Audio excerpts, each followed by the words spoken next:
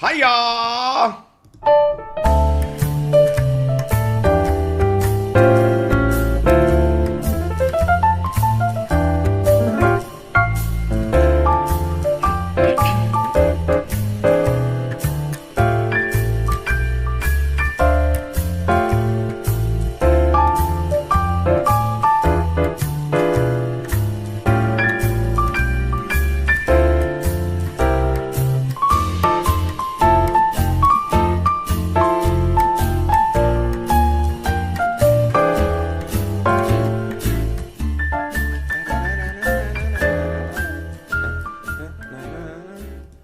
What's up, everybody? Man, I hate waiting, but I tried to give you all a little heads up when I spring these on you.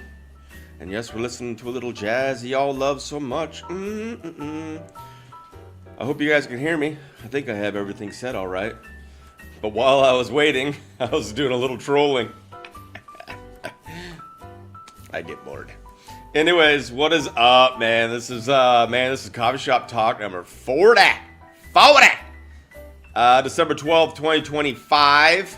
And it's beautiful to see you all jump on when I just sporadically pop these on you guys sometimes. I kind of took some time off, at least yesterday. I never fully take any time off when you're connected to the digital matrix through your smartphones and whatnot. But thank you. And as well, and welcome everybody that's joining more on the YouTube side of things. YouTube broke 3,000 subscribers, which is freaking awesome. And then I just saw that I just broke 5,000 subscribers on X. There's probably 1,000 of them that are sex bots and bullshit. X is a freaking, I don't know, man. X is like digital hell in a lot of ways. But anyways, thank you, Christopher. Welcome, Christopher. Hey, you girl. And Amy Boyd. We got F. Fox. We got Sal Lyon. And Carl and Hanny. What do we got? Yeah, you did it, bro. No more Talmud Terry. Fuck that guy. Christian 21 can suck it. And the fact that you pulled this off means that I need you as my Rumble manager. You need to smooth talk Rumble into letting me be above Rambo and Friends just one time. Just so that I can take a snapshot of it and then give them the bird. And this is a coffee shop talk. We're going to get to some kitties, and it's going to be hopefully a little less intense than some of the other shows that I do. I try to make them a little bit, I don't know. I don't know if I'd ever want to say anything that I do is family friendly. It's adult appropriate. But you got them to change your freaking name on Rumble, and that's hard to do, brah. So if you can do that kind of magic, man, you should be able to give him a little ringy ding ding and be like, yo, I got this guy, Booma. Yeah, he's better than all these grifters that you're pumping. What's the deal with that? All right, Sean Elmer, welcome everybody. Live 7. Yes, YouTube is rocking. And Patrice, man, we didn't get back to you on that Booma streamer, but I hope you jump back on. I was really looking forward to hearing from you, and there'll be more. We do plenty more. We're going to build this community, and it's going to be freaking awesome, and everybody's involved, and that's why I spend so much time in my comment section. I do it different than anybody. And then while I'm saying hello to all you, yes, all you beautiful souls, as Clarity puts it. And guess what? I just got my package that I ordered from Clarity. Thank you, Clarity. I got more Christmas gifts. I almost got them all. Yes, we will catch up. Yeah, that Stay Defiant came back on, and everybody wanted to hear from him, so we let him talk a little bit more and whatnot. I'll chat with that guy, but yes, woohoo! Got my package. And I try to have some fun, and I always try to keep it community. Like, when I watch some of these guys, it's like they don't even pay any attention to the comment section, no live chat. Like, the live chat just exists, and half the time on these grifters, they just are talking about life stuff and different things, and, it's not even about the content that's actually being presented, because these guys don't give a fuck about you. And yes, they'll, I've seen, Rambo and whatnot give props to people when they, give him money. Of course he's gonna give you props when you give him some freaking donuts. But man, when I watch those guys, I can't even hardly watch them anymore. And what's up? Yo, what up? And I can't hardly watch them anymore, but I catch little clips every once in a while that other people share, and so I'll look at those. And we're going to get into a few things here, but I want to give you guys a kitty update, and then I know some of the news that we'll have some coffee over. Everybody's talking about Tina Peters, which is something that was freaking Mike Gill and we were talking about big time a long time ago. And Mike and Crash, I guess, are working on a new video about Tina Peters, and they're going to be putting that out soon. I mean, it'll have to do with that. We'll see where what Mike thinks of that. We'll get to it in a moment, though. But what's up? Yes, they never address anybody in the comments, right? They don't give a shit. They just give a shit that you're paying to that. I don't know, man. None of them do. They don't give a shit. I've seen Nino do it a little bit, but it's just like very sporadic. And it is what it is. But in order for us all to kickstart this right, this was shared via Sabrina, who better be here. Sabrina, where are you? she was excited. She shared this from Lucia. I'm a little too self-aware to enjoy life and a little too delusional to give up. There it is. There it is. I love that sense of humor. That is brilliant.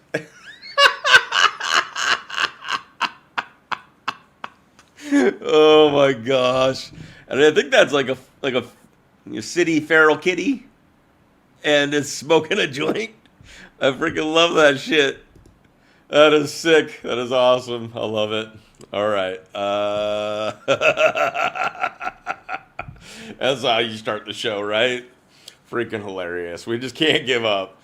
Let's put it up one more time just because it's freaking hilarious. Too self-aware to enjoy life. Because knowing this stuff is a burden. A lot of people call us black pillars and shit. Yeah, and it's probably a cigarette, but I like the idea that it's a joint.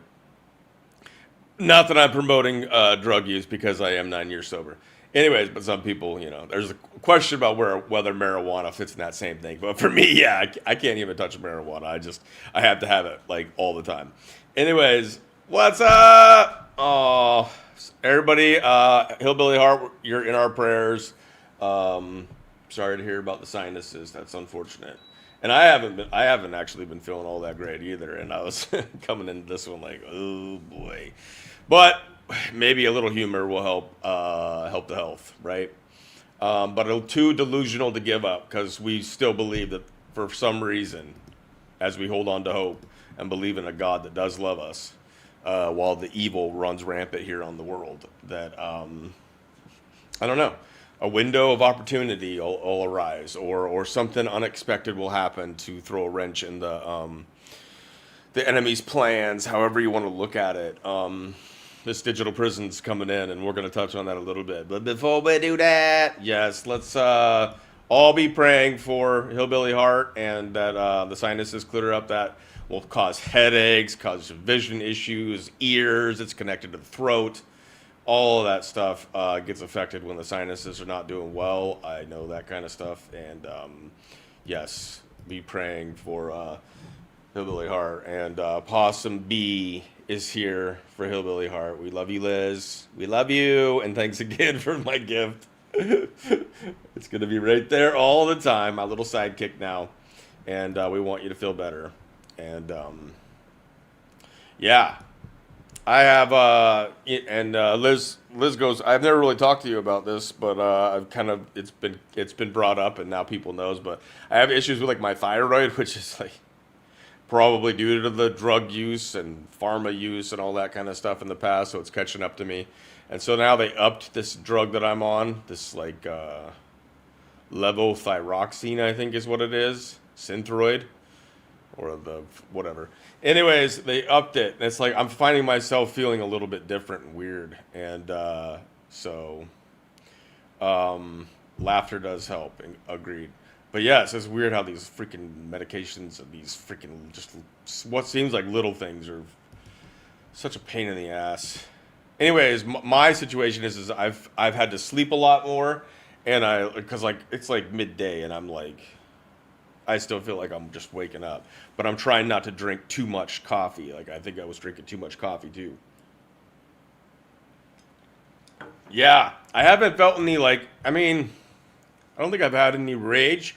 I've been feeling more paranoid and, like, anxiety issues a little bit more again. And that sucks because it's hard for me to do this kind of stuff, to put myself out there. But at the same time, like, I got to. Like, I just freaking got to. It's like I got to be in this fight, and not enough people are stepping up. But I've also felt more emotional too. Gosh, it's weird. Like, like sad. Not just. I don't know. Everything is just makes me more sad about the way of the world. Some of that's because I've also been sharing some. Yeah, I don't know. I mean, I don't know what to do. I'm not really sure what to do. When they told me this, I got off all medications and I stayed off of them for like a year, almost a year and a half. But then I started losing weight and like really having a lot of issues, and it's been tough. But yes, feeling drained. But I've been putting a lot of stuff onto the YouTube and going through some old material, and some of that's been very heavy because it has to do with the Franklin scandal, the Sununu Youth Detention Center scandal, which is still ongoing as they basically reward these people that have not been listened to for the longest time. And it's not going to get all of them. You know, there's going to be some people that get payouts, like always, and there's going to be others that are never heard. And maybe there is some justice in it, but not real justice, because they've got like low level scumbags that were working in the facilities that they arrested a long time ago. But whose name's on that youth detention center? That's Sununu, John Sununu, the one that worked with Bush Sr. Why isn't that asshat being drug in and asked what he knew about this stuff? Damn name was on that facility. You have some responsibility.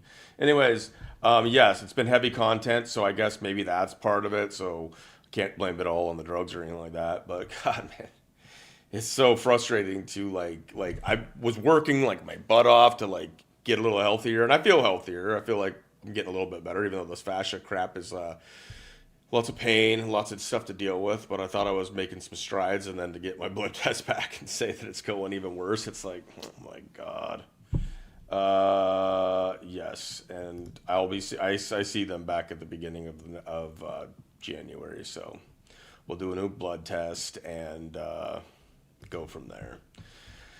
Anyways, yes, let's freaking do this. What's up, Diney?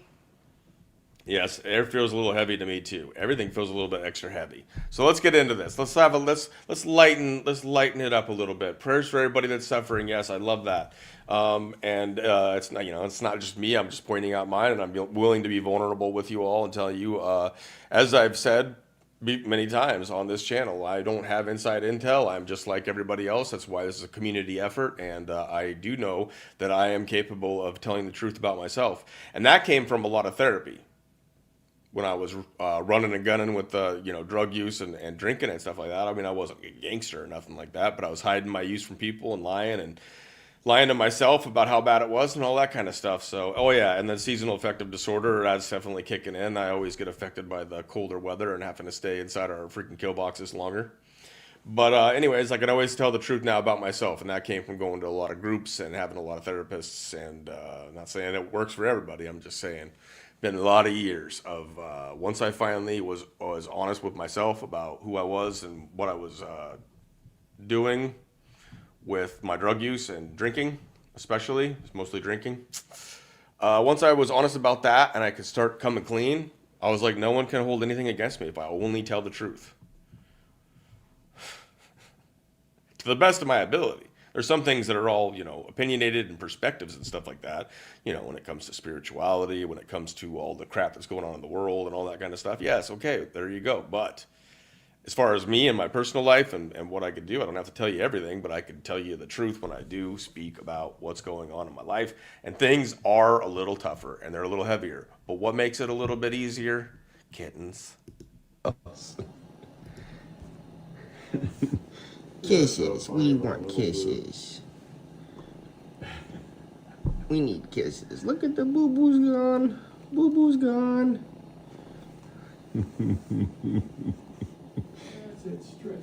Purr. Purr. Look at that boo-boo's. Sweetie, say hi. And here's Chip and Dale. Chip and Dale. He's got a little dot on his nose. D is for Dot and D is for Dale. Huh. Yep. And no one's camera shy. We're purring up a storm. And they want to say hi, everybody. We're still growing like crazy. Huh. Had some food a little earlier, now you're sleepy. All right. So cute. And if you really listen, like you can hear the purrs nonstop throughout this video. They had just been fed, so just know these little guys are terrors at times.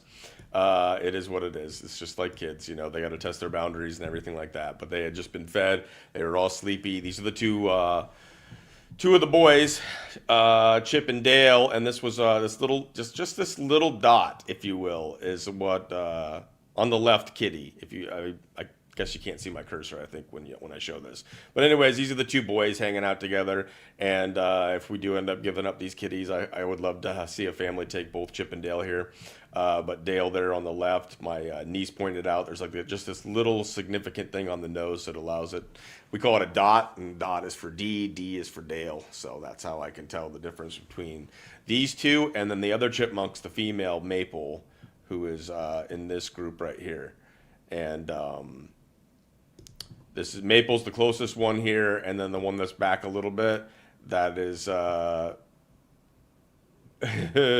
we're calling her Grease Monkey 2 because she looks a lot like Grease Monkey. She looks a lot like her mama Spooks. But I call her Monkey C Monkey 2 because she's monkey number 2. But she's not growing up in the car engine. But check out Boo Boo. I point this out in the video, and I'll get this posted up on the Instagram, which I've been slacking on. But her, like, if people remember, Boo Boo, she's also kind of looks like a little Boo Boo bear, a little Pooh Bear. But her big ouchie on the top of her head and then on her neck, they're filling in. And we were wondering if, like, right there on the right side of the neck, it was this big old patch of no hair and massive, like, scarring and open wound. And then also on the head is completely filling in, you guys. I mean, I was hopeful because she's so young and such a small kitty that would be the case. But it's working. And there's Maple. A close-up of Maple. She was purring like crazy through this. And little Boo Boo's looking so good. It's just amazing. Because if you go back just to the earlier pictures and stuff like that, she has those two Boo Boos, those two open sores. And so there's your kittens. But if you listen to that video, and like I said, I'll post it on the Instagram, they are just purring the whole time. And they're just happy and like just got fed. And I don't know. I like to think that they love me. Yes, Boo Boo is so sweet. Oh man. I would say the boys are the most rambunctious. Chip is the one. If I pull this back up, Boo Boo's is an interesting one because Boo Boo's is having a little bit of issues with like the litter box, and that's been a little bit frustrating. But she is arguably she's got her own like little cuteness, and she's awkward, so she's kind of funny. But the one here on the right is Chip, and he is probably he's the biggest one, and he is the biggest pain in the butt sometimes. But also when he's naughty, it's so funny. When he's naughty, I'll go over to him and I'll start wrestling with him or whatnot, and then I always start rubbing his belly, and then he latches onto my hand. He kind of bites it, but just gently, and then he starts licking it, and he just starts purring so hard. It's like he knows that his purr is going to override my anger with him for being naughty. It's so freaking genius, these kittens. Or he just gets nervous and it's a nervous purr, but it sounds genuine. And he's like, but remember, I'm the cutest. I'm the cutest. And yeah, Boo Boo healed so fast. It's so awesome. We were worried that there was going to be patches for her whole life that wouldn't grow in, and they are growing in, and it's so cool. It's just funny. They all play, and she's still the smallest by far and gets picked on a little bit, but she's returning it. she's returning it more. And so, anyways, yes, Boo Boo is so sweet. Manuka honey. Yeah, nice. Manuka's definitely good. Um, yes, we wondered that as well, and they did get treated for some worms. They probably need another round. That's probably why they're. I mean, who knows? I don't know. I mean, they're hungry all the time, but parasites are in all of us, guys. Everything, every living thing, and I think some of it's freaking them, what they created. Anyways, are you talking about Boo Boo? I'm so glad that it shows Carl and Hanny. And then we got your cute little picture there, Carl. It's so beautiful, and I'm so glad you're here, brother. I do appreciate you, and I saw you were saying that you were sending this live out to everybody. And yeah, if everybody can just give this a thumbs up, I appreciate that. Let's see if we can keep working the algos and making this work. I do love these coffee shop talks. They can be a little bit lighter, and I'm kind of mixing it up a little bit, like when I did that Theo Vaughn and Joe Rogan thing. I want to mix it up a little bit because a lot of people pass these over. I don't know. I guess people are just addicted to like. I guess it's a good thing that a lot of people are addicted maybe to learning, and then there's a lot of people that are coming to my channel that are just that want to see my friend Sabrina Wallace. And yes, Sabrina, you are my friend. We've spent so much time communicating with each other and having fun and just sharing laughs and also some tough stuff lately. It's been kind of tough. It's been a little stressful with some of the characters that have, yeah, I won't get into it, but oh, yes, Sabrina Wallace is my friend, and I love sharing her work and getting it out there, and more people are resonating with it. There are a lot of people over on the YouTube that they don't want to go to another platform. It's just like adding another app, adding another username, and all that stuff. They're on YouTube, they're set, and so if I can bring that to you on YouTube, great. So I appreciate you all, and hopefully we'll see Sabrina. Oh, there you are. There you are. I did. I showed the meme. I showed it early on. I can show it again if you want. Freaking hilarious. And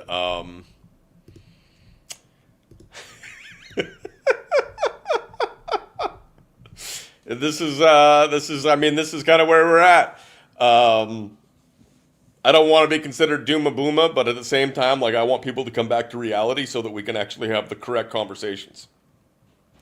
When you're still believing in Santa Claus and believing in the bullshit that a lot of these networks and people like the Q influencers push, then we'll never have the correct conversations. And so if we can use these kinds of memes to get their attention, like, yo, we're too delusional to give up. We're still here, so we're going to keep fighting. But yes, that meme is epic, Lucia. Thank you for sharing that. Or thank you for sharing it so that it made it here all the way on to Coffee Shop Talk number 40. So, it's one of the, yes, everybody can take a snapshot of that or get it from the Telegram and share that around. That's where we're at. It's so freaking accurate. Yeah, I know. It is still, so far, Booma streamers and, well, not Booma streamers, just any live streams over on Rumble tend to be a little bit, a lot more active, and it's just been a group that's kind of grown together a little bit more, and so it can be a little more fun than maybe the YouTube. But the YouTube's catching up. It's crazy. What do we got right now? 36 watching on YouTube, 45 over on Rumble. This is just Coffee Shop Talk. It's just me, so, you know. When we have Sabrina, there's usually more numbers, but then there's 18 over on the Substack right now. It's kind of evening out. It's kind of cool to see. I think it's a beautiful thing, especially if we continue doing these synergist games. It'll be really good because it'll have more even of teams, if you will. However, the Rumble is very more united, and a lot of you guys over in the Rumble are in the Telegram chat too, which everybody's welcome to. Get into the link tree and get into the Telegram chat if you're on Telegram. And there's a lot of people, I don't want Telegram, and I don't want to make it. I get it. I totally get it. And if you do get Telegram, make sure you change the settings so that it doesn't take up all your freaking memory. That was a hard lesson I had to learn at first. Maybe they fixed it by now, but I doubt it. Yep, I have, you read my mind. You read my mind. It's kind of creepy, actually. Not really. We're gonna get to that. We're gonna get to that. And yes, that meme's epic. All right, let's just get to that, and then I will eventually. Then we'll want to get to this Tina Peters thing a little bit, but right.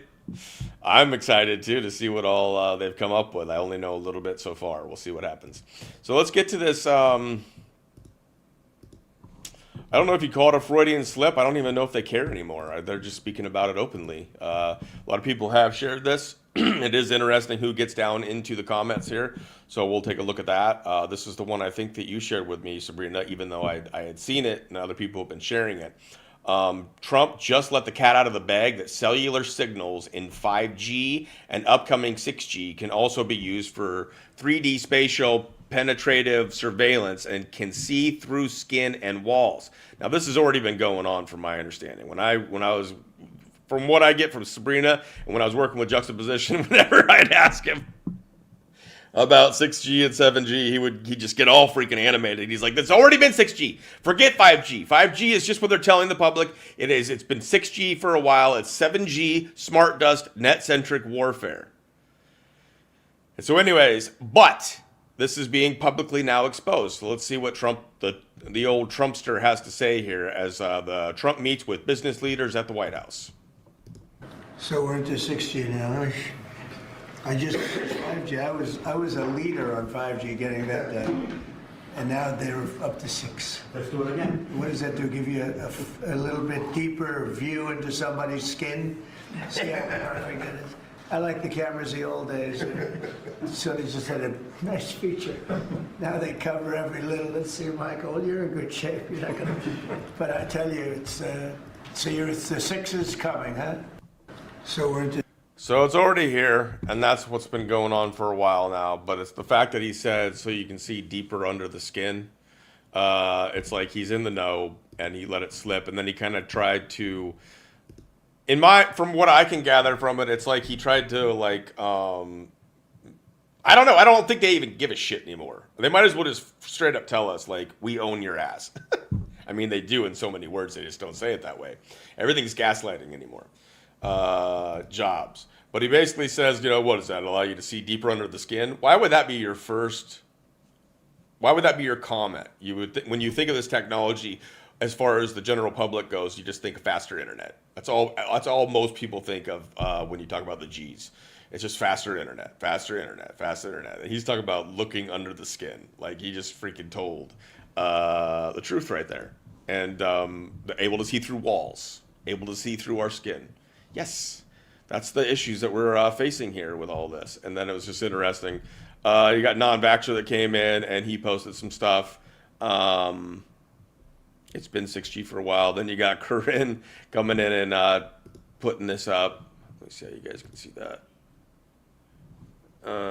Make sure you see the whole thing. Figure 2, she's just showing a simple figure of how the doctors, as Healthcare 4.0 comes in, connect to the internet, connect to your smartphone, connect to your nodes. You can do drones, satellites, whatever, your body area nanosensor network, and how they're going to be able to manipulate all this. I mean, they already can, but they're publicly announcing all of this stuff right now. And then you just got a glimpse into Trump. And this idea now is out there that America has to be on the forefront. Like Trump has green lit.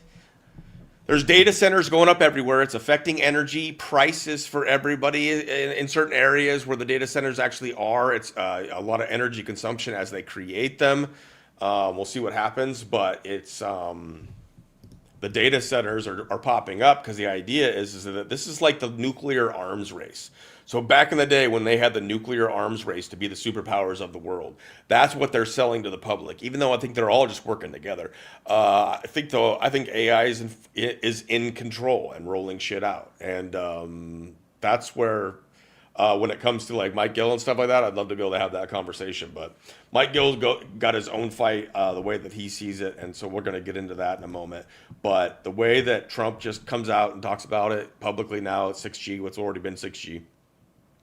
But you could see it deeper under your skin, like as he just told everybody there. And then he kind of tried to transition it into like as if it were like, he's always talking about central casting, so the Q people go nuts thinking this is all a movie, which is retarded at this point. The only movie is them fucking with everybody in humanity.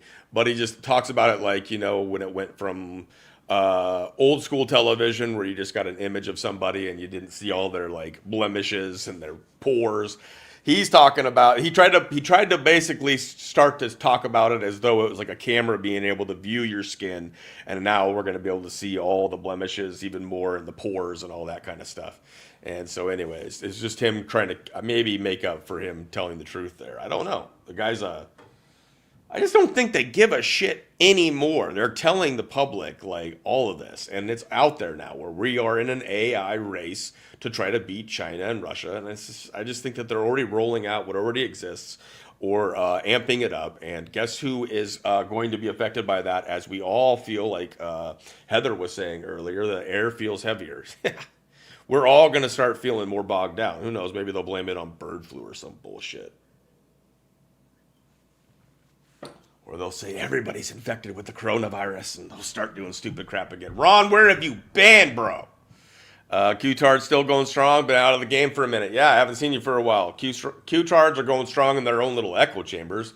I don't know how much they're having an effect over the whole sphere of things, but if you're on certain platforms like X and stuff like that, it seems like they're taking over the world. But they're probably just got their own little echo chambers. But Rumble's helping them. Rumble helps out all the Q-Tards. Pisses me off. And yes, parasites are vile. Parasites very well could be demonic, and there also is lab-created parasites, I believe. They look right through you at the cellular level because it has been deployed for human augmentation for 15 years. Oh. It's crazy to think that. Now it's coming out. We're in the time now where it's becoming publicly known, and that's why we're trying to, I don't know, man, just warn people that this is not, no matter how good they make something sound, it's not what we want. These people cover up Epstein lists and pedophiles and human sex trafficking, and they are in charge of stuff that's going to be interacting with our body and chips that are going to be put in your brain and all this kind of stuff. Right. That's a great idea. That's a fucking great idea. All right. Right. They always tell us after they've done it. And let's get into the other topic, though, because I know a lot of people here really appreciate Mike Gill. We can come back to that, whatever you guys want. I don't always make these coffee shop talks all that long, but sipping a little coffee, talking about a little world news, saying hello to everybody, and having a whatever time we can have. Well, we can still be somewhat free-range humans. Or believe we are. Maybe it's all an illusion. Maybe it's all an illusion. And I'm being remote controlled right now just to get data from all of you to see how you react to the exposure of the truth. Or some form of it. I don't know. I'll drive myself nuts if I get too far into that. We were talking about that, weren't we, Heather, on one of the Booma streamers. If you let your thoughts go a little bit too far, it freaks you out. Yeah, a lot of the movies that I grew up watching, and I really loved them, had to do with, Judge Dredd. What was the Sylvester Stallone one where I think Arnold Schwarzenegger was the president, even though they didn't ever showed it, and he was fighting Wesley Snipes' character. Demolition Man, I think is what it was. These things are all coming. And Demolition Man, I think it was, where they put on like that I think it was Sandra Bullock, who I'm pretty sure is a dude. Anyways, Sylvester Stallone and her put on like those rings. I mean, they did that in Coneheads too, but in this, they put on the rings to have sex, and he was just like, what the heck, I'm an old-fashioned guy or whatever. And so it's just crazy shit. And then the cars, all autonomous, they're telling us everything. D-Psyop, Booma, you never freaking know, man. I mean, I'm not knowingly doing it. I'm telling you that right now, okay? Yes, it was Demolition Man. I watched that movie so many freaking times. Yeah, I'm live right now, Jody. What's up? Now you're live. Ha ha ha. Forever imprinted in this video. I am energy, pure raw energy. Is that the mantra? I am energy, pure raw energy. I am energy, pure raw energy. Oh man, I still didn't get that little clip where we were rocking back and forth. What were we saying? I am Doomaboom and I am sane. I am Doomaboom and I am sane. Whoa. They just made child porn pretty much legal in Canada. They banned religious speech, and Orwellian hate speech laws. But the white hats. Guys. Come on. Get with the program. White hats are saving the day. This is all a movie. None of that's real. Fucking fuckers. I am mischief. I am mischief. I am mischief. Pure raw mischief. Pure raw mischief.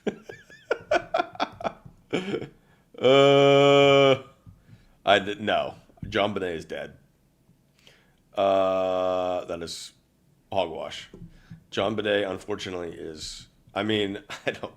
No one knows fully. I mean, there are people that know, but that handled the body and that killed her. But I fully believe that John Bonet was a satanic sacrifice. Juxtaposition does actually a really good job at getting into that one, because it wasn't just John Bonet. There was also another daughter that died in that family, and then the father, John Bonet, the father. I don't remember if his name was John. Didn't he become? He was like head up in like Raytheon or some shit. John Bonet. Let me look that up so I'm not talking shit. John Bonet. Father employment.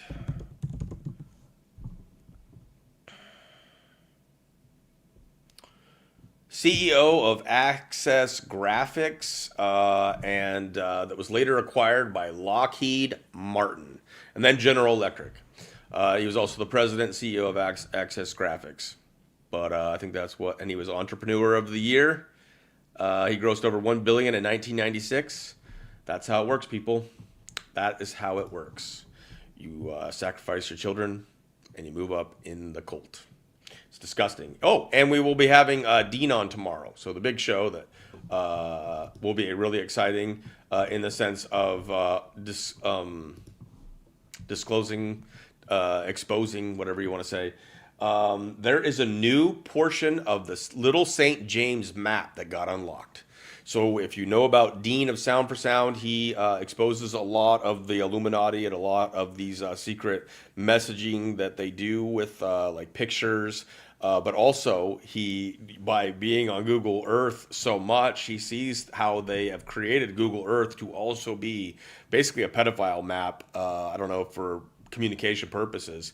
And he has found that there's another little St. James section or something that has been more exposed, and where it leads to. And he's already gone in and found a bunch of, satanic stuff and forms of Baphomet. You'll get to see that, and we will expose the shit out of that. I am so sick of this crap, man.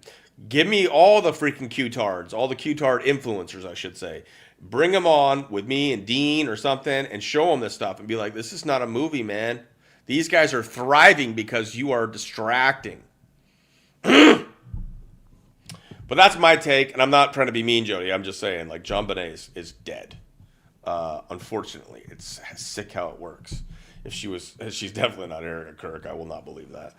They put that crap out there all the time. Yes, I do. I mean, doing my best, and I'm bringing on people that aren't connected to anything. Biscuits, if you know about Biscuits, he was not connected to anything. No one would have him on. I brought him on. He's a different cat, and he shoots straight, and he stood by his principles and lost everything in some ways similar to Mike Gill. Similar in the sense that they had a principle and they actually lived by it, stood by it, and suffered the consequences for it. And he found Dean and watched him for a long time. And then I brought Dean on. Dean's not well known. Dean's not a big channel. I would like more people to know about Dean, but I love bringing him on because a lot of these guys that are doing good work are not going to be propped up by the same system connected to the kind of people like John Bonet, the father that is, who went on to be uber successful and grossing over $1 billion after losing 2 daughters. Funny how that works, huh? Damn. Yes, and that's the other thing I love about this is that I learn stuff from all of you as you guys share. As more people in this community share, I mean, you guys add all kinds of good stuff to the conversation that is important that I don't know. I can see your comments, yes.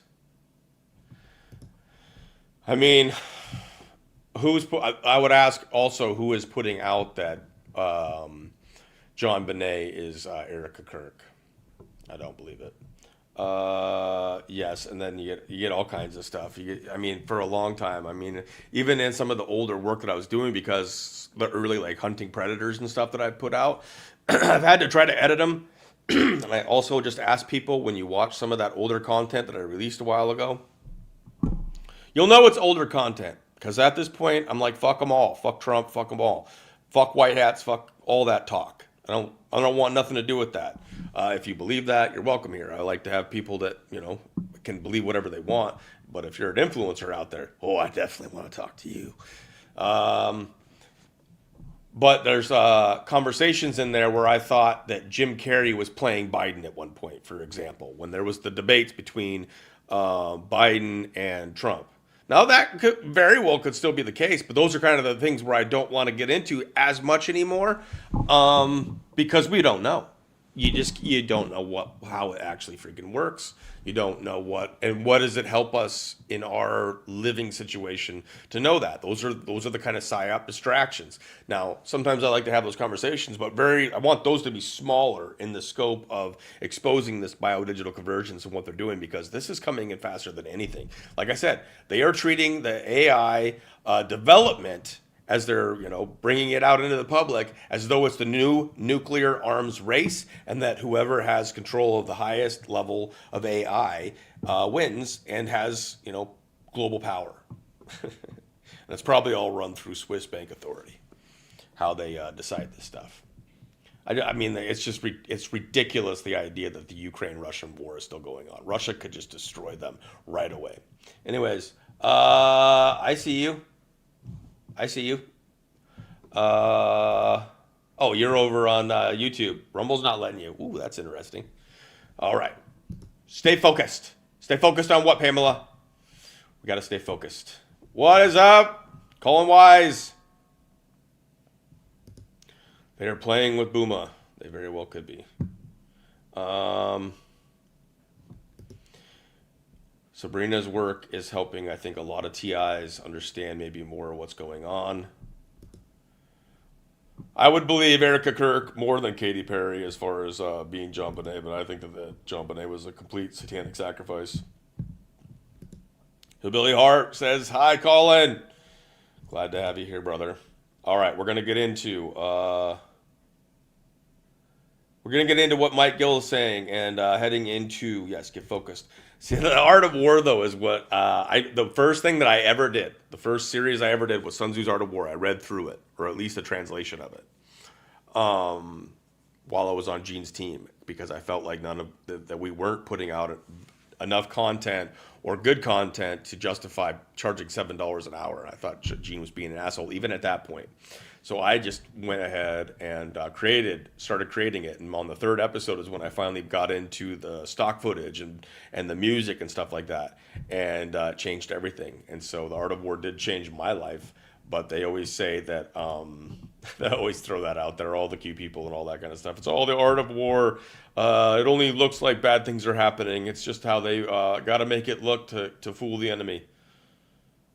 Anyways, yes.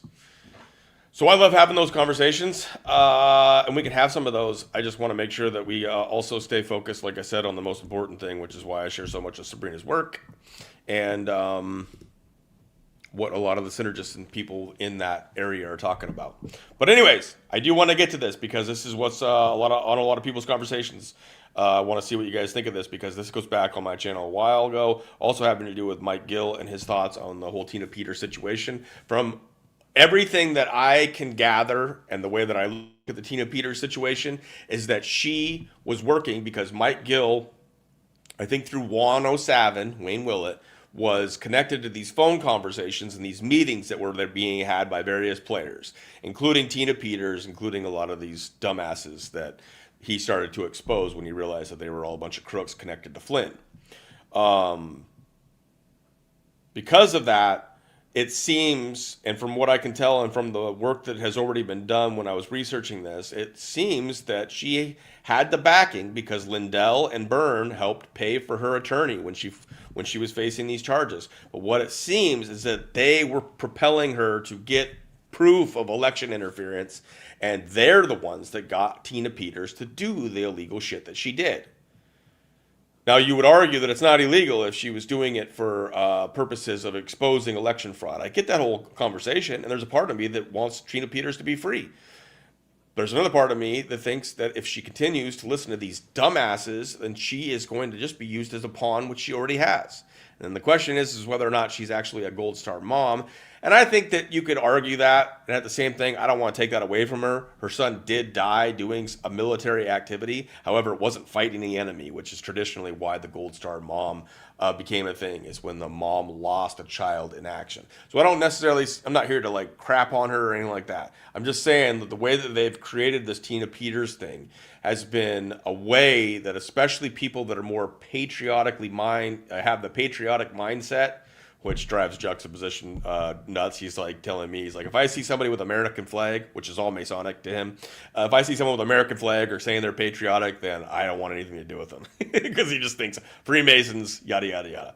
But there are people, I do believe, that are genuine, that are the most powerful people, if you will, as far as wanting to see a better future for this country here in America, and thus the world. And so when you have a Gold Star mom that's in prison for trying to expose election fraud, which Trump continues to say he's going to expose, why he didn't do that years ago. It was all talked about how they were in a skiff and they watched it all happen. All these narratives that got driven. Why Trump didn't do this earlier is beyond me. The timing of it probably does have significance as far as like Trump's numbers not looking all that great, them not being his base even not as happy with him. But him finally coming out and putting out a pardon, which means nothing. This is a state case in Colorado with Tina Peters, so Trump can pardon her all he wants, and they can still enforce the law there in the state. Why he didn't come out and pardon Tina Peters on day one is sus. People shouldn't be asking that. And why he hasn't shown the election fraud that he told Joe Rogan before he got elected this last time. When he was on the Joe Rogan Experience, Trump that is, he said that he had it all, and they were going to show that, and he never has. Now you're telling me he's back in power as the CIC, which I think is just a puppet, but now he's not going to show the election fraud? So now there's tension between the federal government and the states. Or at least the states backing the idea of not letting Tina Peters go. So this is a big bargaining chip, and could very well lead to a lot of social unrest at some point if they really want to. They have so many ways they can start kicking off a whole bunch of chaos, but this is one to pay attention to. Let's see what Mike Gill has to say about it. Joe Rogan is probably arguably the biggest puppet as far as the podcasting world goes. About Tina Peters, she's in the catbird seat. Now, if Peters gives you Flynn and Patrick Burns and Lynn Wood, Lindell, Vandersteel, and Mary fucking Fanning, that piece of shit, who was the architect. Now. So, Mary Fanning, if you don't know, I think she basically runs the John B. Wells show as far as like manages it. But she was in these meetings. So when you hear Mike Gill talk about people, know that he knows a lot more than he's going to tell anybody else. He's not like, I'm not going to give up my sources. He knows Mary Fanning. He's been in communication with Mary Fanning as well from back, and she is integral in, from what Mike is saying, integral into what happened over J6. So understand that. But Mike was going to go on John's show, John B. Wells, and Mary Fanning, for whatever reason, stepped in, fucked that shit all up, and then doxed or was threatening to dox Mike's number. weird that they didn't want him to go on John B. Wells' show. Maybe he was going to say something that was going to expose Mary Fanning's handlers. Or maybe Mary Fanning's a bigger player than we know because she's one that stays kind of hidden. I don't even know what she looks like. But she's in like some of the documentation when it comes to J6 and Flynn stuff. I don't know. I don't want to get into that, but he's pissed off because Mary Fanning stopped him from going on John B. Wells, and that kind of exposed that whole operation as being there too. And John B. Wells was on the Patriot Soapbox, kind of connected to that. These players, man, the Flynn Network. It's vast. People need to pay attention. Who we all gave you, which all of them, each one of them came to me and tried to silence me. Tina Peters came to me too. And she asked me for my help. She was part of those phone calls with Juan 07, Saban. And from now on, he's Wayne Willett. He's not Mickey Mouse. He's not JFK Jr. I'm not giving this pinhead playing the game. He's Wayne Willett, the fucking insurance investigator scumbag who's around the country as a fucking bagman. Now, on our dime. How I met Tina Peters was, and I have those texts also, but I promise, Crash, we'll keep it simple. But connects us together with Peters and myself on those meetings with Wayne Willett. And then she asked to meet me or speak to me privately. And if you... Yes, and so for people to understand the significance of what's all going on here over the course, and it's been told many times, so if you don't know Mike Gill or you're just getting tuned in, for whatever reason, when Trump was still in power at the very end of his last term, when they had stolen the election, and that whole conversation. Anyways, they reached out they were looking for the kind of firepower, if you will, to leverage and save the presidency. And the talk is that Sidney Powell, Lynn Wood, Lindell was involved, and Flynn, of course, were in the Oval Office in Trump's ear trying to get him to sign the Insurrection Act to hold on to the presidency, which would have probably immediately caused civil war. And then some of the information that Flynn was using to argue that there was election fraud, when he was put under oath, he said that there was none and he had not seen any. Like a little bitch. He was going to fuck up the country on something that then, when he was under oath, he wouldn't even stand by actually being truth. But then he also pushed Tina Peters to do this illegal action to get the proof. But he was all involved in the Arizona stuff and a lot of these districts and areas, Colorado, all this stuff. And so when Mike's talking about this, the crazy thing is over that period of J6, they reached out to, as in Carissa Ketchel working for Michael Flynn, Lieutenant General Michael Flynn, asking for Mike Gill's evidence of the money laundering operations. They thought that would be something that would hold the presidency for Trump. And Mike was working with them. And then he found out that Michael Flynn, wasn't going to actually give that to Trump and was going to use it as leverage. And then caused J6. Well, this is stuff that was later found out. So all that went down. But why would they reach out to Mike Gill for his evidence if it didn't mean something and it wasn't fucking powerful? So they had that situation. Mike Gill was trying to help save the presidency. I keep getting names like mixed up when it's all the Mikes and stuff like that. But Mike Gill's evidence was going to save the presidency for Trump, and Flynn intercepted that, did not pass that on, did not use it as leverage, and then they obviously passed on the presidency to Biden. And then that's where it gets into the whole Q argument and some of the assholes that were pushing Trump CIC, even though all the horrible shit that happened. Anyways, the idea after that is that what happened was that Mike Gill finds out that Flynn did not give his evidence to Trump. Lindell was involved. One of the Kurt Olson, one of the attorneys for Trump at the time, who was on the phone with Lindell as Mike Gill was telling Lindell about all this stuff. And Mike Lindell was like, whoa, all the proof that Mike Gill actually has. And yet it never made it to Trump, didn't save the presidency. And then that's when Mike Gill was just like, Flynn is working against us, working against Trump. And started outing him, and he was going, and all the people on the Flynn Network wanted Mike Gill on their shows still, and they wanted to try to bring him in and bribe him into, becoming part of PPN and making all this money. And Gill kept telling them to go fuck themselves because he was never going to compromise. He'd already lost everything, hundreds of millions of dollars, and been offered $50 million and turned it down. Why would he fucking say yes to you asshats?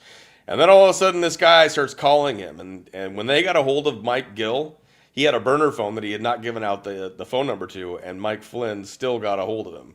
Well, who's he working with then? And then all of a sudden he starts getting phone calls from this guy that goes by Juan 07. And as Mike Gill said, at one point he said, I thought I was just talking to some Mexican guy every day. He was calling me all the time, talking to me all the time. And that's when Juan 07 was connecting him into all these fucking meetings. And even though they kept bringing him onto the Flynn Network shows, Mike Gill didn't know anything about this truther movement and all that shit at the time, and he's going on all these shows calling out Michael Flynn, and all these people were fucking doing weird shit. He goes on with Ann Vandersteel. She never releases the interview. Like that kind of shit. They were just trying to get more of his information from him and trying to get him to flip so that he would be with the podcasting network that is under the thumb of General Flynn. And so that's why you get this fiery stuff from Mike Gill, because they fucking heralded him as the most important whistleblower in America, maybe the world, and then fucking all turn on him, gaslight on him, and obviously none of these platforms, whether it's X, Rumble, or whatever, are doing him any favors. And then here we are, him continuing to call out the bullshit. He was way more connected than people realize, I think. He's not just shooting out of his ass. He's literally been connected into these meetings because they tried so hard to get him involved in the Flynn Network. Read this. Mike, Tina Peters here. Are you available this evening to come in on my show? I want to get you out ASAP. Now think about this. On that show, I'm slamming the on her show. I slammed the shit out of Flynn. On one thing, I'm slamming the shit out of Flynn. Why did they have me on? Because they needed me that bad to flip. That's how important I was to them. How dangerous was. Did you get my text? Question mark. I'm sorry, I just saw it. You can tell me when and I'll be there. I'm sorry, I just saw it. My apologies. I promise whatever you want. Monday at 10. Now, why that was important? Tina Peters realized that she was in trouble. I was telling her, you know what? She's going to be an scapegoat. Remember? But take you back. They're all guilty. They're afraid they're going to point the fingers. Tina Peters is guilty. And she was working for Flynn. And listen, I had those conversations with her. I warned her what happened. The fact that she's in jail, she'll tell you when she's released. That's exactly what I told her and warned her of. Exactly. So Tina Peters is quite the bartering chip. If you take all this information and you think about how Mary Fanning that he brought up, connected to the John B. Wells show that blocked him from going on there and speaking because they don't like that Mike's calling them out every step of the way on his Rumble channel, that more people are probably seeing than what the numbers will allow them to show publicly because they don't want anybody to know this information. And they certainly don't want to know that Mike Gill knows all these asshats and that Tina Peters at one point was asking him for help. Because she knows these guys are scumbags or that there's something not right about the Flynn Network, Patrick Byrne, Mike Lindell is completely controlled. Leverage, as Mike Gill says. The attorneys that he had spoke to when he got into all this corruption stuff, man, that's what they said they love the most. Leverage. There's three things, and that's it. Just leverage. And Tina Peters is leverage. Now, I'll be curious to see what Mike thinks about this whole Trump finally coming out and doing the pardon thing, even though it's more of a gesture than anything because he has no actual power into the state of Colorado. Now, if he signed the Insurrection Act, that would change.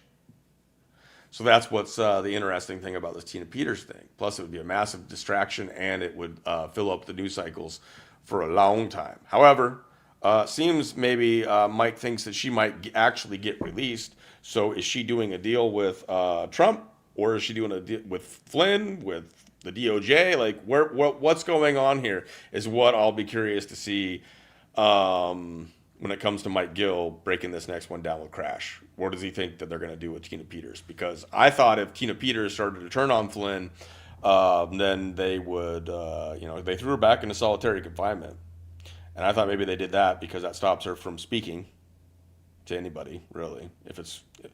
Who knows? Maybe she's not really in solitary confinement. They're just saying that. I have no idea what the real truth is. Who fucking does? There's still a minute of the Epstein prison cell that we don't have. What the heck happened in there?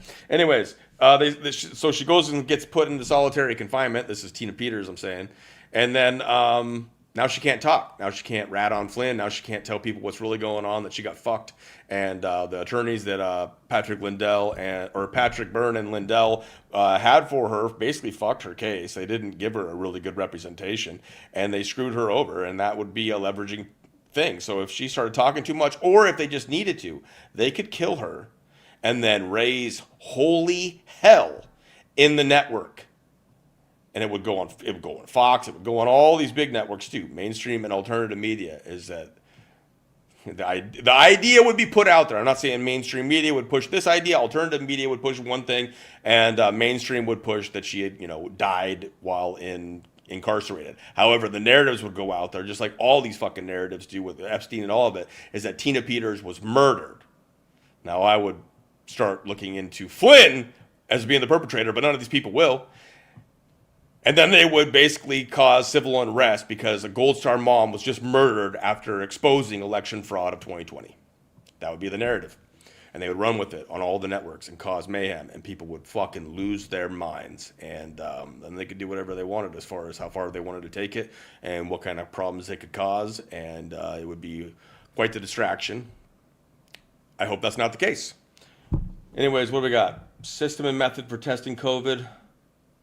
Is chat still up? Am I still on? Did they take me down? Did they take me down again? No, they did not. I think I'm still good. Checking the platforms. They took me down on my last coffee shop talk, on the YouTube that is, and then they put it all back up because they knew they didn't have that right. And I had it all on fucking recording. So what do they do? Anyways, who knows? Maybe it's all AI and it fucked up. And his rainbow lie. Man, I try to stay off of X a little bit more lately. I go on there every once in a while to troll people, but that's the whole thing with Tina Peters. So like, it'll be interesting to see what he sees as far as like, because you got to understand that Mike Gill's literally in a motel room, watching everything go down the way that they're putting it out there, but he knows how to read it through the public lens that they're portraying, because he knows what's really happening a little bit more so in the background and how they operate. Let's say that. And so it'll be interesting to see, because Trump could have done this on day one, could have put out the gesture, at least said that he has pardoned Tina Peters, even though it does nothing. But now you're going to have that in the especially conservative news cycle about whether or not they're going to put pressure on Colorado, and they're already putting out everybody's phone number. I've seen like Jordan Clark and Vandersteel and Ruby and all these people putting out like the phone number to call and harass these people and make them release Tina Peters and set her free. You guys should be calling out fucking Patrick Byrne and Flynn and Lindell and all these motherfuckers. But it ties into J6. It ties into all that stuff. So what's going to happen? And then are we ever going to actually get anything to come out? Because now Trump's saying in the next few months people are going to learn about the election fraud of 2020. He's like saying that kind of shit. It's just like, yeah, but he also said the Epstein files were going to come out, JFK files, Martin Luther King Jr. files. How's that gone? He was going to end the wars in 24 hours. How's that gone? Nothing that he's said or done. And then he hasn't even really gotten the illegals out. Drugs are still horrible. Go into places where, don't go into places, but if you were to go near like cities in the bad areas, there's still a whole bunch of freaking drug dealers pushing their drugs just like always. There's been no change. Too much of a business for drugs and rehabs, circular revolving door system, as they call it, where people get a little bit of clean time, get a little healthier, and then get back out there, start doing drugs again, and then they get too far into it, don't have any more money for drugs, come back, get clean a little bit, get their lives together for a little while, and then get back into the drugs. Or they get on the pharma drugs, like the Suboxones and stuff like that. So anyways, that's kind of what I had for the coffee shop talk. What do you guys think about the Tina Peters situation? Trump's pardoned a lot of peeps. Why not her? Flynn hasn't told him yet to. That's the other thing. I don't know where Mike Gill stands on this. I think Flynn was working against Trump. Didn't want him back in as president. I don't know. It's just how it looked, because J6 looked like a whole setup to try to stop Trump from regaining power. But then Trump has turned around and kissed ass to all the technocrats and billionaire club, and has leveraged the power that he has. That's how I see it. And now him and Flynn are working together, just like Vikings do. They go against each other and then they team back up. But I think Flynn, with his strong network that he has built underneath the following that Trump has, pushing both Q stuff and anti-Q stuff, but mega and all that. Flynn has a large portion of that, at least online social presence, for at least the people that are involved in that. And those are probably the most fervent, because they're actively online talking about this shit, spreading news and doing all that all the time. Digital soldiers, as Flynn said many years ago. So I see Flynn and Trump now working together. That's how I see it. I don't know if I think the way Mike sees it a little, I don't know. It'd be nice it'll be interesting to see what he does here. But if he sees Flynn and the DOJ maybe wanting to cut ties with Flynn because there's too much risk there now, too much exposure coming out on Flynn. Mike Gill's exposing it, and a lot of people are seeing through the Flynn deception, and they might be wanting to cut ties with him. So maybe a deal was done with Tina Peters and the DOJ that includes Trump, and they're trying to cut up some loose ends. The same thing goes with the cartel up in New Hampshire, and maybe it's changing of the guard, if you will. So I'll be curious to hear some of that. We'll see if Mike wants to come back on the show or not. He's doing a lot of his stuff with Crash, and if he only trusts Crash, then he should just do shows with Crash. I'm cool with that. I try to be as available to Mike as possible. He's one of the few people that I would pretty much drop anything for unless I had something completely scheduled. I don't want to disrespect anybody that I have scheduled, so there's that whole thing. But I would bring Mike on, and I'll be curious to see what he comes up with. Not what he comes up with, but what he sees as far as like who's Tina working with right now, or is this being set up to cause civil unrest, or is she actually going to be released, but who did she make a deal with? That's what's going to be interesting. It takes an average of 14 times to get and stay sober. Money, money, money. Yeah, I was a chronic relapser. I don't know how many times I tried to get sober, but it took me a long time. But I do remember the first rehab that I went into, and I sat down when I was first kind of willing to admit that I had a problem, but it was because I got drunk at Starbucks. Got drunk at Starbucks, and the only option really was to go get rehab. And then they fired me after I got out of there, and I stayed sober for a little while, but it was like, motherfuckers. Anyways, when I sat down in that first rehab, I showed up for whatever reason at a time when they were down and having a little circle group meeting, which I hate the most. And then obviously they wanted to hear from the new guy. And at that time I had long hair and I looked like Jesus, according to them. I got that all the time when I was working at Starbucks, that I looked like Jesus. Anyways, I wasn't happy to be there, and I told them as much. And then pass next. And they said only 5%. They said, look to the person to your left, look to the person to the right, look around the room, and know that only 5% of you are going to survive this disease that you have. In some ways, it's come out true, because I've lost a lot of people that I met in rehab.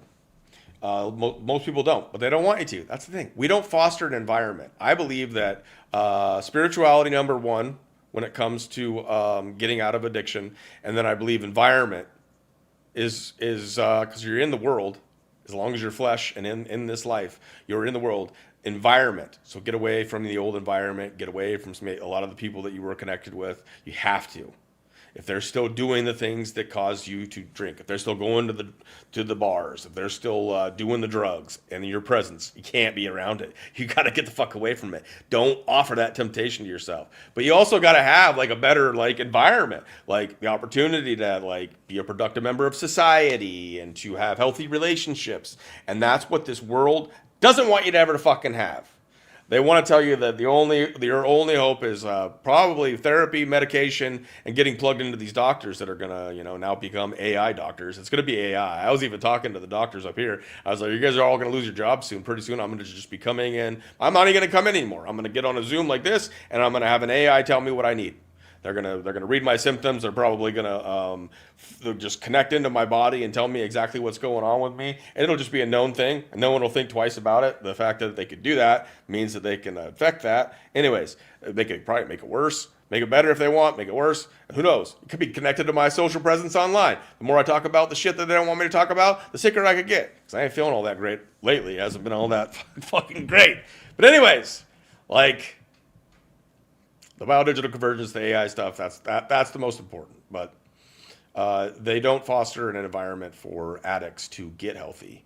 Therefore, when the addict tries as hard as they can, it's often really tough because you're now facing the stuff that you avoided. The reasons that you drank or used drugs was avoiding relationships, was avoiding paying bills, was avoiding the debt that you racked up, was hiding from the fact that you lost your home and your marriage and all that kind of stuff. Now you got to deal with that without the drugs and the numbing effect that come from the drugs, or, you know, all the various things people know that are in addiction or that have been around family, friends, or somebody that's been in addiction. Now you got to deal with your shit, and you've got to do it with a sober mind, and you can't have your vice, which isn't really a vice. It's just a demonic,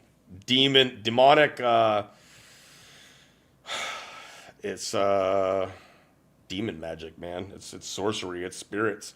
It sucks you into a world that's not real, and it's a very dark place. That's why I believe in demons. That's why I rushed into the arms of Jesus Christ. It's the only thing that helped me. In that first rehab, where I was told 5% of the people were only 5% in this room are actually ever going to make it.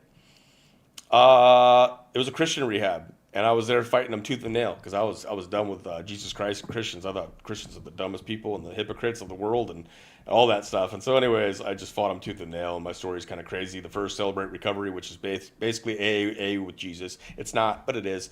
It's AA with Jesus and in it. Not even the real Jesus. I think it's all... It could be if you really are sincere, or it can just be another like church where it's Freemasonry and bullshit. But I fought them tooth and nail, man. I get it. It's not easy. So we need to we would need a better environment, and we're not getting that. It's going more towards the healthcare system, and it's going to be AI treatments. AI will decide everything that you're given. People that are addicted to heroin and opiates are going to be put on Suboxone for the rest of their life, which gives them a little bit of the drug, but also blocks them from being able to get to a certain high. And it drives a lot of them kind of crazy after a certain amount of time. So I hope that they'll actually listen to the feedback on that, but they won't, or they'll just create some other kind of drug. For alcoholics, they'll give you Antabuse, which if you take that and you were to even drink a drop of alcohol or even use like rubbing alcohol, I think you can get really sick. But I had a guy at that first rehab that was like, he was quite the character, really like fuck the world kind of mentality completely. But he's in rehab because his parents made him go. And they put him on Antabuse because he wouldn't stop drinking. And he's like, well, I wanted to try this out. He's like, so I chugged a beer. And he's like, I projectile vomited like 10 feet. And then he says, I was sicker than I've ever been and I'll never do it again. But it's just like that mentality where it's like, well, I want to try this out. It's nice to be able to laugh then, and he was kind of laughing a little bit too, but he was like a dry sense of humor guy where he just chuckled every once in a while. Low energy laughter. And but because he was on Antabuse, he had to test it out. So he chugged a beer and projectile vomited 10 feet and was sicker than he's ever been. So, ugh. Yeah, well, there's that conversation that could be had at some point, but people will get into a war. But I hear a lot of people, not a lot of people, but I listen to other ideas because I've been lied about. We've all been lied to so much. So a lot of people throw that out there, that Jesus Christ is it's a made-up character to mind control the masses into pacification. I don't know. What's up? Good to see you here. Yes, and I think almost everybody in here is at least a recovering opium addict, if not an actual opiate addict.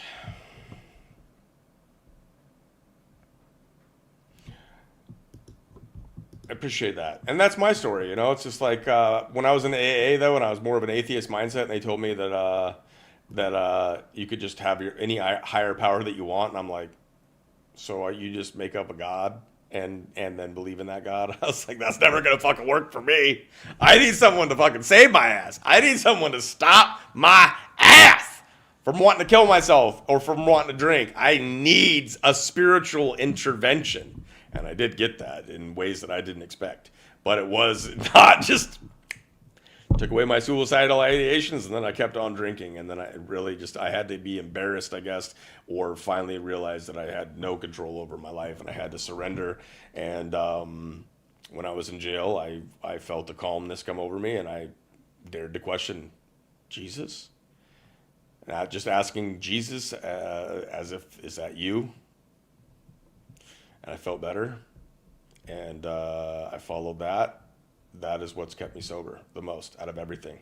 I could say that because the world, once I got sober, once I got through, like, how far was I into sobriety? So 2016, so about 2.5 years. So I started getting more into politics after I saw what happened with Trump, and I got sucked into the whole psyop of Hillary has 99.9% chance of winning and then Trump wins. And I fell for Trump, and I fell for all the Q stuff or whatnot. But it wasn't until 2019 that I started to learn about human trafficking and the horrors and how bad it really was.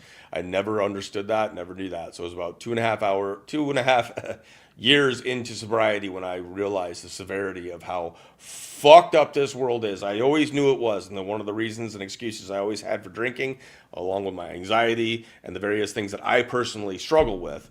I mean, when you talk about social anxiety, you're talking about not wanting to participate in society. So there's an obvious reason why you want some social lubrication, if you will. But to be sober and then face the reality that, just statistics alone say 800,000 children go missing a year in just America alone.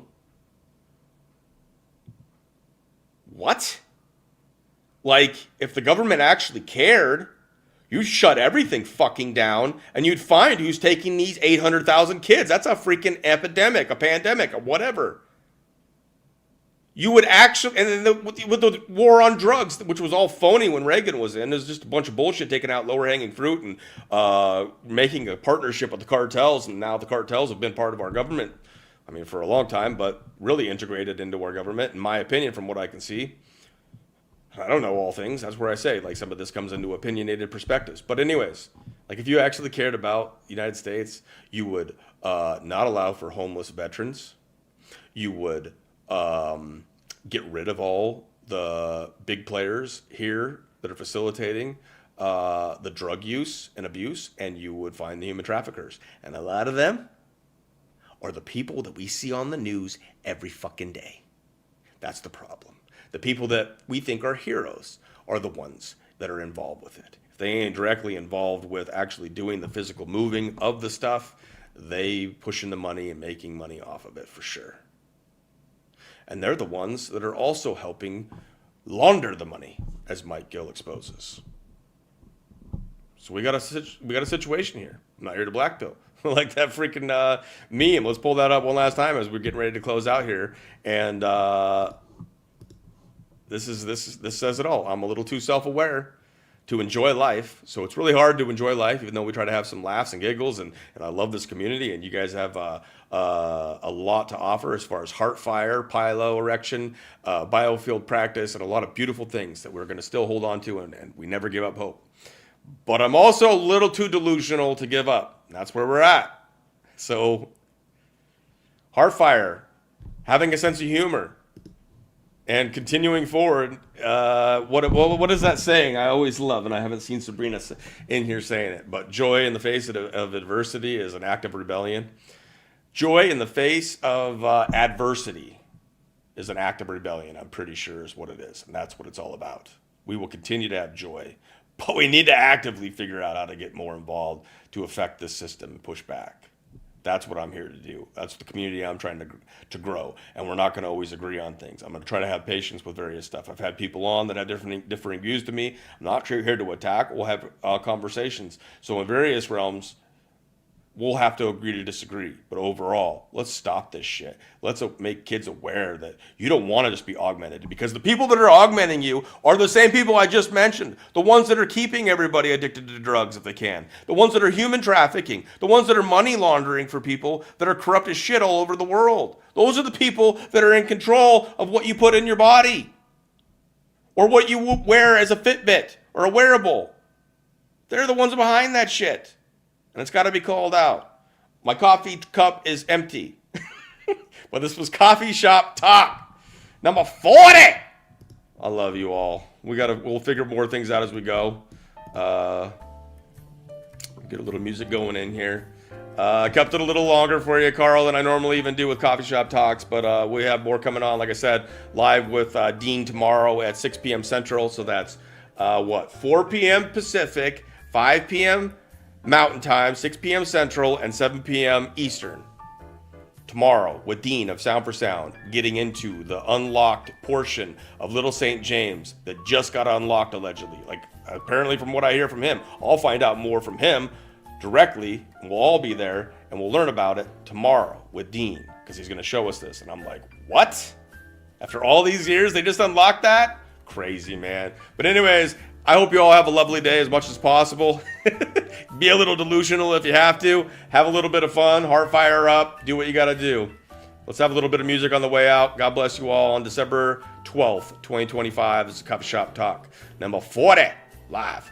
Brunch, kittens, and coffee. We did it all. And we had some news. God bless you all.